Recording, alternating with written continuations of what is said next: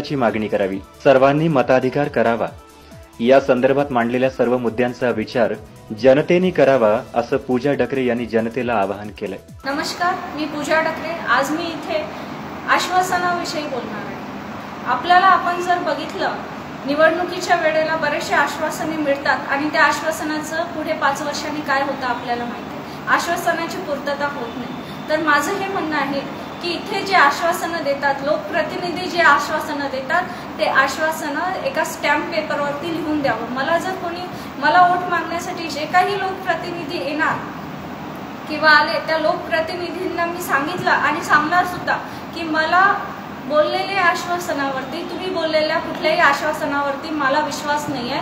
तुमचे जे काही आश्वासन आहे ते स्टॅम्प पेपरवरती लिहून द्यावे आणि लिहून दिल्यानंतर जर का 5 वर्षामध्ये त्यांनी हे आश्वासनं पूर्ण नाही केले तर 5 वर्ष झाल्यानंतर मी या आश्वासनावरती गुन्हे दाखल करणार आणि गुन्हे दाखलच नाही तर कोर्टामध्ये खटले सुद्धा भरणार आणि याच्यावरती सुनावणी होणार.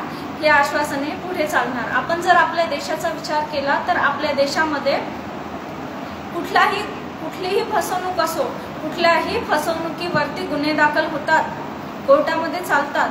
मग जनतेची जर का एवढी मोठी फसवणूक होत असेल, आश्वासन देऊन आश्वासनाची पूर्तता जर का इथे होत नसेल, तर त्या आश्वासनावरती जनतेच्या फसवणुकीवरती गुन्हे दाखल का होऊ नये आणि ते कोर्टात का जाऊ? तर या गोष्टी इथे व्हायला हवे. जनतेने सुद्धा या गोष्टी करायला सुरुवात करायला हवी. 100 आश्वासने इथे देतात आणि एक सुद्धा आश्वासनाची पूर्तता होत नाही. जर का आपण आश्वासनाची पूर्तता करू शकत नसेल, पक्ष, लोकप्रतिनिधी असेच आश्वासनं द्यावे जे आश्वासनाची पूर्तता लोकप्रतिनिधी करू शकेल. आणि जर का अशा आश्वासनावरती कारवाई झाली तर लोकप्रतिनिधी खोटे आश्वासने जनतेला देणार नाही, तेच आश्वासने देणार ज्याची पूर्तता होणार. आणि जे काही आश्वासने दिलेले आहे, जे काही अजेंडा आहे, तो अजेंडा पूर्ण करण्याचा आटोकाट प्रयत्न लोकप्रतिनिधी करणार. धन्यवाद. टाइम्स ऑफ विदर्भसाठी राजिक शेखची रिपोर्ट, बुलढाणा.